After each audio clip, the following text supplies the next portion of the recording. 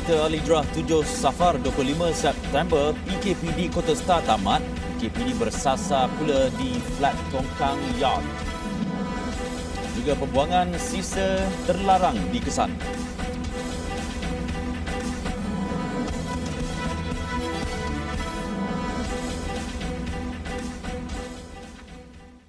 Bismillahirrahmanirrahim. Assalamualaikum warahmatullahi wabarakatuh. Berita Al-Hijrah malam ini bersama saya, Ardi Harman Marzi. Perintah Kawalan Pergerakan diperketatkan. PKPD secara pentadbiran di daerah Kota Star ditamatkan hari ini tetapi melanjutkan PKPD secara bersasar di Rumah Pangsa Tongkang Yard di seberang Perak Alor sehingga 7 Oktober ini. Menteri Kanan Keselamatan Datuk Seri Ismail Sabri Yaakob berkata lanjutan PKPD secara bersasar itu dilakukan selepas mendapati kawasan berkenaan masih berisiko tinggi bagi penularan COVID-19. Seramai 94 penduduk di lokasi tersebut telah disaring dan 9 daripadanya didapati positif COVID-19 yang melibatkan 5 buah rumah. Mengambil kira penilaian risiko terhadap penularan wabak ini, pelanjutan tempoh berkenaan diperlukan bagi tujuan saringan kedua dapat dilakukan. Sekolah Kebangsaan SK Sungai Korok Lama juga akan ditutup bermula 26 September hingga 9 Oktober. PDRM dan ATM akan membuat kawalan pergerakan di lokasi tersebut bagi memastikan semua penduduk mematuhi SOP dan perintah kuarantin di rumah. Datuk Seri Ismail berkata demikian dalam kenyataannya hari ini. Bagi operasi binting yang dijalankan untuk mengawal sempadan negara, beliau berkata pihak berkuasa berjaya menahan 42 pendatang asing tanpa izin parti, 2 tekong dan 2 penyeludup. Turut dirampas 9 kenderaan darat yang digunakan oleh parti terbabit. Gunung Kinabalu dan kawasan Taman Kinabalu ditutup bermula hari ini hingga 8 Oktober depan untuk proses nyahkuman. Setiausaha Kementerian Pelancongan, Kebudayaan dan Alam Sekitar Sabah Jamili Nais berkata penutupan itu dibuat berikutan status kes COVID-19 didapati telah mendaki Gunung Kinabalu dari 13 hingga 14 September lepas. Notis perintah tutup Ibu Pejabat Taman Kinabalu Kundasang juga telah dikeluarkan KKM. Pusat COVID-19 dibuka di Taman Kinabalu untuk tujuan operasi pencegahan penularan yang melibatkan ujian saringan COVID-19 ke atas kontak rapat pendaki iaitu malim gunung, pendaki awam dan staf taman serta syarikat swasta yang terbabit dalam aktiviti pendakian itu. Operasi nyakuman dilaksanakan ke atas kemudahan-kemudahan pelancongan di sepanjang laluan pendakian ke Gunung Kinabalu. Berikutan peningkatan kes COVID-19 di pantai timur negeri itu, Agensi Kerajaan Negeri Taman-Taman Sabah telah melaksanakan operasi nyakuman di Taman Bukit Tawau, Taman Marin Tun Sakaran dan Taman Pulau Sipadan selama 7 hari dari 20 hingga 30 September ini. Mutasi jenis D614G dikesan pada virus COVID-19 daripada kluster Benting LD di Sabah dan kluster sungai di Kedah. Ketua Pengarah Kesihatan Tan Sri Dr. Nur Hisham Abdullah dalam satu hantaran melalui Facebook berkata ia hasil keputusan terkini yang baru diterima daripada Makmal Institut Penyelidikan Perubatan IMR hari ini. Sebelum ini, mutasi berkenaan dikesan dalam kluster PUI Siva Gangga, kluster Tawar, kluster Sungai dan kluster Bukit Tiram. Pengesanan mutasi berkenaan dari kluster Benting itu diambil dari 23 virus COVID-19 dari kluster terbabit.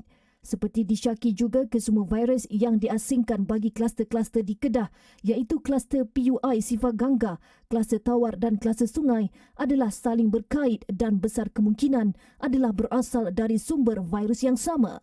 Beliau berkata kesemua 23 virus COVID-19 dari kluster Benting LD pula didapati saling menyerupai namun tidak berkait dengan virus COVID-19 yang dijumpai di Kedah meskipun kesemuanya mempunyai mutasi D614G.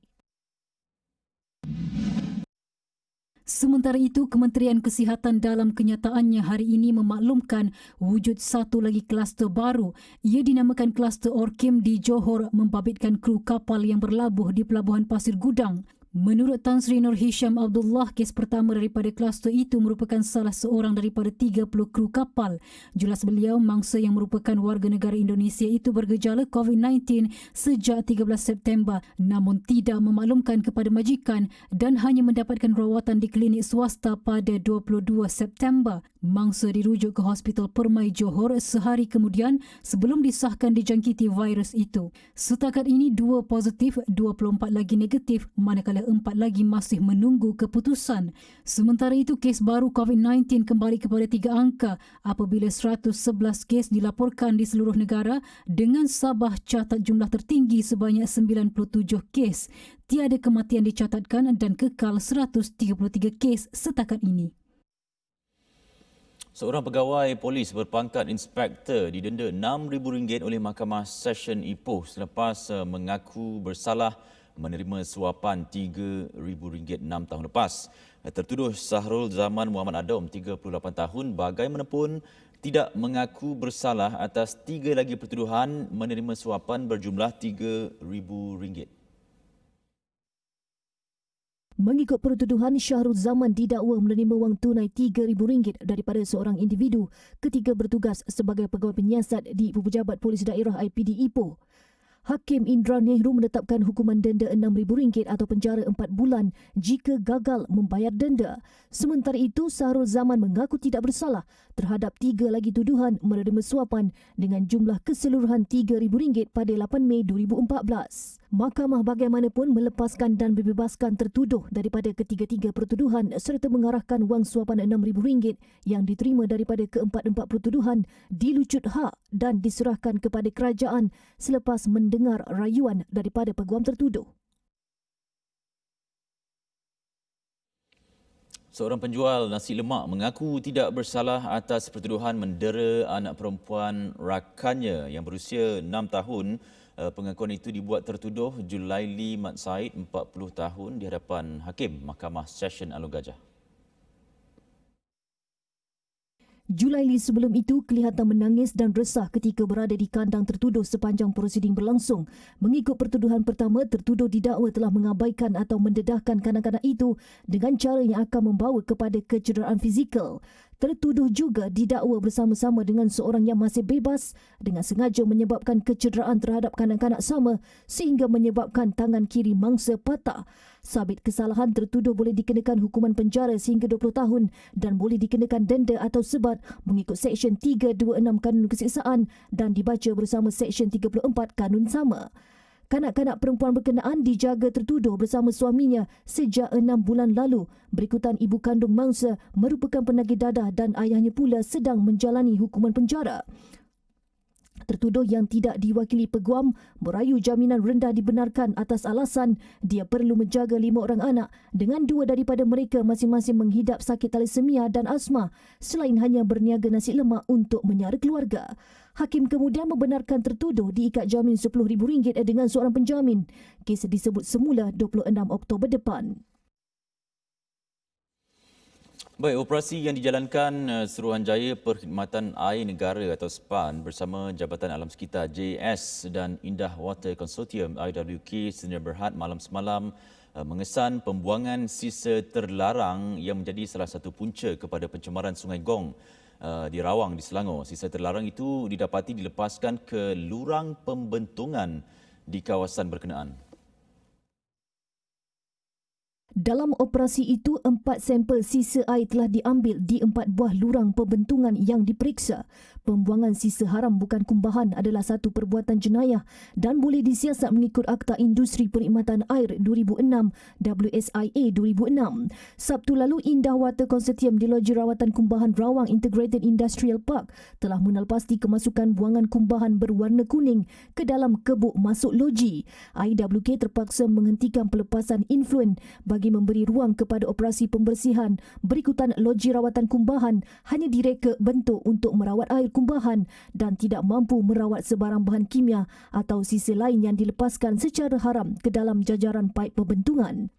Mengikut rekod, terdapat pelbagai jenis perdagangan industri dan perkilangan yang terletak berdekatan dengan Sungai Gong yang juga merupakan kawasan tadahan air. Ini kerana Sungai Gong adalah satu cabang Sungai Selangor yang membekalkan sumber air yang diambil sebelum dirawat. 2005, kompaun berjumlah lebih 4 juta ringgit telah dikeluarkan kepada premis yang didapati melanggar Akta Kualiti Alam Sekitar 1974 menerusi op gempur cegah pencemaran alam sekitar. Setakat 18 September, 4 premis berdepan tindakan gantung lesen manakala 942 premis dikenakan tindakan tegas. Bagi tempoh Januari hingga 18 September 2020, Jabatan Alam Sekitar telah melaksanakan 72 operasi gempur di seluruh negara yang melibatkan pemeriksaan ke atas 2,572 premis. 2,572 premis dan pelbagai jenis industri termasuk 70 kilang yang dilesenkan oleh di bawah Jabatan Alam Sekitar, iaitu kilang kelapa sawit, kilang getah asli mentah atau kemudahan pengolahan atau pelupusan buangan terjadual. Daripada 2,956 tindakan yang diambil, 881 diberi notis arahan dan 37 penahanan operasi kelengkapan. Penguatkuasaan difokuskan kepada premis atau punca-punca pencemaran, terutamanya yang terletak di hulu takat pengambilan air, menghasilkan beban pencemar yang tinggi, premis yang menghasilkan buangan terjadual dan kawasan yang mempunyai isu alam sekitar. Beliau berkata demikian dalam sidang media selepas menjalankan operasi di kawasan perindustrian di Bangi siang tadi.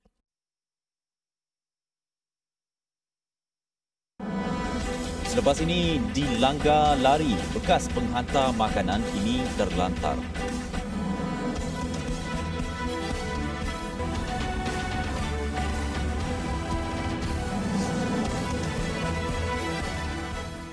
Bertemu kembali. Semua garam halus atau garam dengan berat bawah 20 kg perlu ditambah iodin sebelum dibenarkan dijual di seluruh negara bermula 30 September ini. Ketua Pengarah Kesihatan Tan Sri Dr. Nur Hisham Abdullah berkata peraturan baru tersebut dikuatkuasakan kerana 48.2% kanak-kanak berusia 8 hingga 10 tahun mengalami masalah kekurangan iodin. Penguatkuasaan itu selari dengan pindaan Peraturan 285 di bawah Peraturan Makanan 1985. Jelasnya kegagalan pengilang atau penjual untuk mematuhi pindaan Peraturan 285 berkaitan garam halus beriodin boleh dikenakan denda tidak lebih RM10,000 atau penjara tidak lebih 2 tahun jika sabit kesalahan. Berdasarkan kajian sebelum ini, 2.1% kanak-kanak mengalami masalah bengkak luar biasa di bahagian leher, manakala tinjauan melibatkan wanita hamil dan murid sekolah juga mendapati pengambilan iodin tidak mencapai paras optimum. Setiap pengguna bertanggungjawab dalam memastikan sebarang produk yang digunakan selamat dan bebas bahan terlarang. Ia termasuklah pemilihan produk makanan dan minuman tambahan, malah produk kosmetik juga. Jika perkara ini diabaikan, ia boleh memberi kesan sampingan kepada kesihatan. Bagi FR Kasih Marketing, pihaknya amat mementingkan kualiti produk selain memastikan ia bebas bahan terlarang. Produk minuman tambahannya Arjuna Kasih dan Manja Kasih melalui ujian penilaian data saintifik dan ujian makmal mengikut piawaian yang ditetapkan. Ia dalam masa sama meningkatkan keyakinan pengguna. Kenapa minuman Arjuna Kasih dan minuman Manja Kasih ini harganya tidak sama dengan kopi-kopi biasa 3-in-1 ataupun 5-in-1? Yang pertama adalah kerana kami gabungkan 13 herba terpilih dalam dan juga luar negara, dan yang kedua kami tidak menggunakan bahan-bahan sintetik, kami keseluruhannya menggunakan bahan-bahan yang diekstrak. Kerana itulah kami mendapat kelulusan daripada Mahkamah Siril dan juga daripada lab yang terkemuka di dunia. Dan FR Kasih Marketing juga turut mengeluarkan set penjagaan kulit wajah Kasih Skincare yang berasaskan kunyit putih. Sementara itu, Pengarah Unit Penyelidikan Keselamatan Makanan, Inovasi dan Penyelidikan Pembangunan, Dr. Isyawati Muhammad Ismail berkata, pengguna juga perlu berhati-hati dalam pemilihan produk dengan meneliti sebarang maklumat pada label sebelum membelinya. Jadi semua produk di Malaysia ni, especially produk makanan dan farmasi, ada standard dan guideline sendiri yang dikawal ketat oleh Kementerian Kesihatan Malaysia. Jadi kita dah tahu kalau produk itu telah menerima certification daripada telah diluluskan oleh Kementerian Kesihatan, maksudnya ia produk yang tidak mengandungi bahan yang berbahaya. Itu satu. Nombor dua lagi, sebagai seorang pengguna, kita sepatutnya mengambil inisiatif untuk mengetahui dengan lebih banyak tentang produk yang kita nak beli itu. Untuk pertanyaan mahupun tempahan, hubungi talian tertera atau layari Instagram dan Facebook Kasih HQ. Hari ulang tahun kelahiran pada 26 Jun lalu menjadi detik hitam buat seorang bekas penghantar makanan apabila dilanggar lari ketika dalam perjalanan membeli kek. Muhammad Fakrul Azam Mat Rosli, 22 tahun, kini hanya mampu terlantar atas katil apabila tempurung kepalanya dibuka sementara selain patah peha kanan serta bahu. Abangnya Muhammad Fakhruddin berkata ketika melihat adiknya yang koma hampir 2 minggu di Hospital Sultanah Aminah dengan kecederaan parah di bahagian kepala, dia tidak menyangka adiknya mampu bertahan. Selepas peristiwa itu, Fakhrul Azam hanya mampu minum susu sebagai makanan asas dan lebih menyedihkan, dia tidak mampu mengingati ahli keluarganya. Kos untuk rawatan dia agak tinggi untuk setiap bulan. So sekarang family pun ada yang tak bekerja, hanya seorang jadi bekerja. So tanggung untuk tanggung kos rawatan dia agak beban sikit. Saya berharap dia cepat sembuh dan nanti bulan 11 nanti dia akan melakukan satu lagi pembedahan untuk pasang tempurung kepala dia. Dan saya harap nanti lepas dia pasang tempurung kepala dia, dia akan pulih semula lah, macam seperti biasa. Kini Muhammad Fakhruddin terpaksa menangguhkan pengajarnya di semester 5 di Universiti Malaysia Sarawak kerana mahu menumpukan perhatian kepada adiknya. Muhammad Fakhruddin berkata banyak bantuan dari badan bukan kerajaan NGO diterima seperti katil khas dan lampin pakai buang, namun mereka masih tidak mampu menampung perbelanjaan harian. Jika ada yang ingin membantu, sumbangan boleh disalurkan ke akaun Maybank Muhammad Fakhruddin seperti tertera atau hubungi talian 017 8099 640.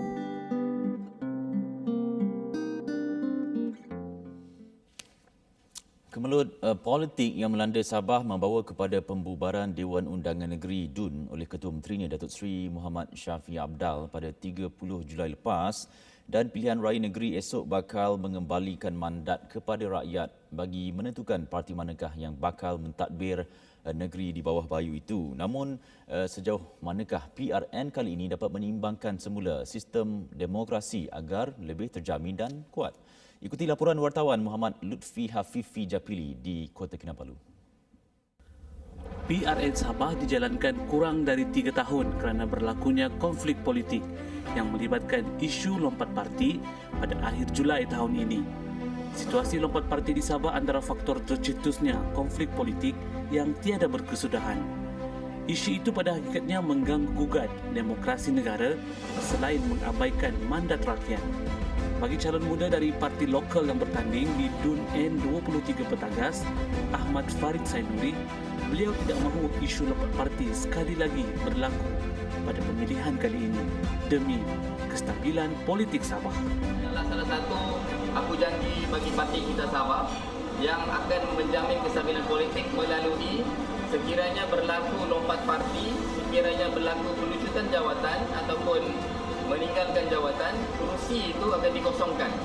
Mana tidak ada lagi selepas ini lompat-melompat dan kita boleh fokus sepenuhnya kepada pembangunan agenda pembangunan rakyat, agenda pembangunan negeri Sabah. Jadi sekiranya ada lompatan berlaku oleh Katak, dia akan immediately kerusi itu kosong, maka PRK akan dijalankan. Apa yang penting, kebanyakan rakyat Sabah berharap agar kemelut politik ini segera berakhir dengan pengumuman kerajaan yang baru yang dijangka akan diketahui esok melalui keputusan PRN Sabah. Laporan Lutfi Hafifi Japili untuk Berita Al-Hijrah. Sudah 63 tahun negara mengecap kemerdekaan, hargailah pengorbanan yang telah dilakukan oleh perwira negara. Menyumbanglah ke tabung pahlawan Angkatan Tentera Malaysia sekarang. Haziq, jumpa kau kat sekolah ya. Bye. Bu, bila ya nak balik?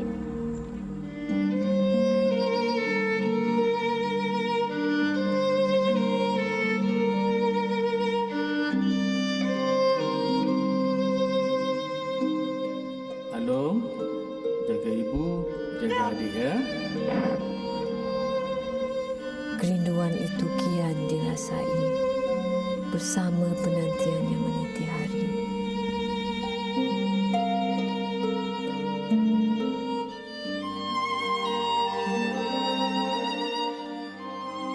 Ayah, jangan risau. Alun jaga ibu, Alun jaga adik. Mereka adalah anak-anak perwira. Walau celik matanya tanah air sudah merdeka, namun mereka pasti mengerti dan menghargai sebuah pengorbanan yang suci dan murni.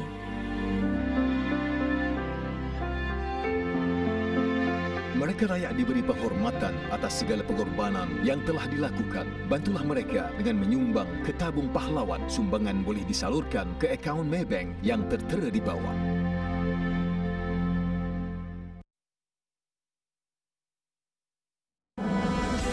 Selepas ini, ibadah umrah hanya 3 jam.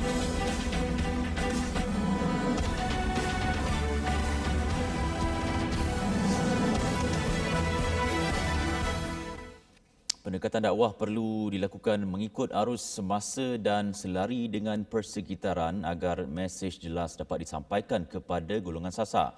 Menteri di Jabatan Perdana Menteri Datuk Dr. Zulkifli Muhammad Al-Bakri berkata sesuatu ilmu juga hendaklah disampaikan dengan bijaksana dan tidak membangkitkan permusuhan, kebencian dan bersifat ekstrim.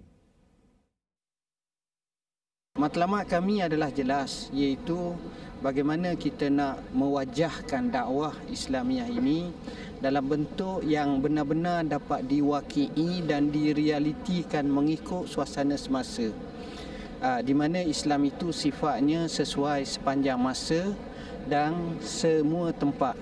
Dalam bentuk dakwah yang penuh dengan hikmah, dakwah yang penuh dengan kebijaksanaan. Di samping dakwah tersebut boleh membawa kepada rasa Islam itu indah dan tidaklah dianggap sebagai ekstrim, menzahirkan kebencian ataupun permusuhan dengan sesiapa pun. Justru katanya pendakwah perlu menjadi contoh tauladan dengan menonjolkan Islam itu relevan dalam apa jua keadaan dan situasi. Beliau berkata demikian selepas merasmikan Hari Terbuka Yayasan Dakwah Islamiah Malaysia Yadim peringkat negeri Kelantan di Kota Baru. Program 2 hari yang bermula hari ini menyediakan pelbagai aktiviti menarik termasuk town hall dan gerai-gerai agensi di bawah Jabatan Perdana Menteri Hal Ehwal Agama. Tekno Da'i atau dakwah melalui media sosial menjadi modul latihan intensif dalam program Da'i Muda Yadim 2020. Menurut pengarah kanan sektor latihan dan pengkaderannya, Kapten Bersara Syamsuddin Monir, konsep itu diberi fokus seiring dengan peredaran zaman dan pada masa sama tidak mahu Islam dilihat sebagai agama yang ketinggalan. Strategi, teknik, metod dakwah menerusi media supaya para da'i kita ini nanti bisa bersedia dengan lapangan yang lebih luas media hari ini. Dakwah itu kita beri kesempatan ruang sebagai tekno da'i. Kita lahirkan mereka ini sebagai da'i muda yatim yang boleh menguasai ilmu teknologi dakwah dalam orang kata ni yang lebih luas lagi dia punya capaian dia, peringkat negara dan peringkat nasional. Tambahnya, latihan intensif yang bermula sejak 17 September lalu bersama tenaga kerja yang berpengalaman dalam bidang komunikasi dan teknologi. Dan pada hari ini, Yayasan Dakwah Islamiah Malaysia Yadim menjemput pendakwah antarabangsa Dr. Zakir Naik untuk berkongsi pengalamannya dengan para peserta tentang cara dan tips berdakwah di media sosial secara berkesan. Dalam pada itu, salah seorang peserta Muhammad Naim Sadun berkata penyertaannya dalam Da'i Yadim membantunya untuk menarik perhatian orang muda untuk mendekati ajaran Islam sebenar. Antaranya tekno-dai itu sendirilah, macam mana kita nak buat video, macam mana kita nak menyusun konten. Tapi hari ini dari sudut kita kata media sosial itu sendiri kan, lebih menonjol dari segi rating dia. Lebih-lebih lagi kalau kita nak tarik kepada anak-anak muda kan, maka konten itu yang perlu dibina. Jadi yang kami dapat banyak dalam pertemuan ataupun dalam kelas-kelas ini adalah macam mana nak menyusun konten yang terbaik dalam menyampaikan di media sosial itu sendiri. Seramai 10 peserta akhir akan berentap di pentas akhir Dai Muda Yadim 2020 yang akan diadakan pada 3 Oktober depan jam 9 malam di Auditorium Cempaka Sari Presin 3 Putrajaya dan akan disiarkan secara langsung di saluran TV Al-Hijrah. Hanya 3 jam diberikan kepada setiap jemaah untuk menunaikan umrah pada peringkat pertama pembukaan ibadah itu. Ibadah yang dijadual bermula 4 Oktober nanti akan dikendalikan melalui Iktamarna, iaitu aplikasi baru yang mengurus dan mengendalikan jemaah sebelum tiba di Makkah ketika COVID-19. Menurut laporan media tempatan Arab News, pada fasa pertama pembukaan ibadah itu, hanya 6,000 jemaah dibenarkan menunaikan umrah mengikut 6 waktu berbeza dan setiap kumpulan seramai 1,000 jemaah akan diberi masa 3 jam untuk menyempurnakan ibadah tersebut. Kebenaran menunaikan umrah oleh Arab Saudi selepas kerajaan negara itu melonggarkan sekatan akibat COVID-19. Pemerintah percaya umat Islam tidak mampu untuk berhenti untuk melakukan umrah namun perlu mematuhi langkah-langkah pencegahan wabak berkenaan. Fasa pertama akan dimulakan dengan penduduk Arab Saudi dan ekspatriat di negara itu sebelum peningkatan jemaah kepada 15 hingga 40,000 pada fasa kedua mulai 18 Oktober. Manakala fasa ketiga iaitu bermula 1 November, jemaah dari luar dibenarkan dengan kapasiti 20 hingga 60 jemaah setiap hari. Seorang pereka seni Jepun telah menghasilkan pelitup muka seperti semangkuk ramen yang masih panas. Hasil kreatif itu sebenarnya bagi mereka yang memakai face mask dan bercermin mata. Menurut Takahiro Shibata, dia mendapat idea itu selepas sering alami wap di cermin mata selepas amalan memakai pelitup muka ekoran COVID-19. Pada mulanya, Shibata yang juga pelukis animasi cuba untuk menyelesaikan masalah yang dihidapi golongan pemakai cermin mata yang memakai face mask sepanjang masa. Namun, dia mendapati ia agak sukar dan Shibata mengambil keputusan untuk membuat sesuatu yang boleh ditertawakan. Pelitup muka ramen 3 dimensi itu dihasilkan daripada material fabrik serat dan juga tanah liat dan mengandungi bahan yang biasa ada dalam semangkuk ramen. Selepas dimuat naik di media sosial beberapa hari lepas, ia menjadi viral namun Shibata tidak merancang untuk menjualnya. Sekian berita Al-Hijrah untuk malam ini. Saya Ardi Herman. Kita jumpa lagi. Assalamualaikum warahmatullahi wabarakatuh. Selamat malam.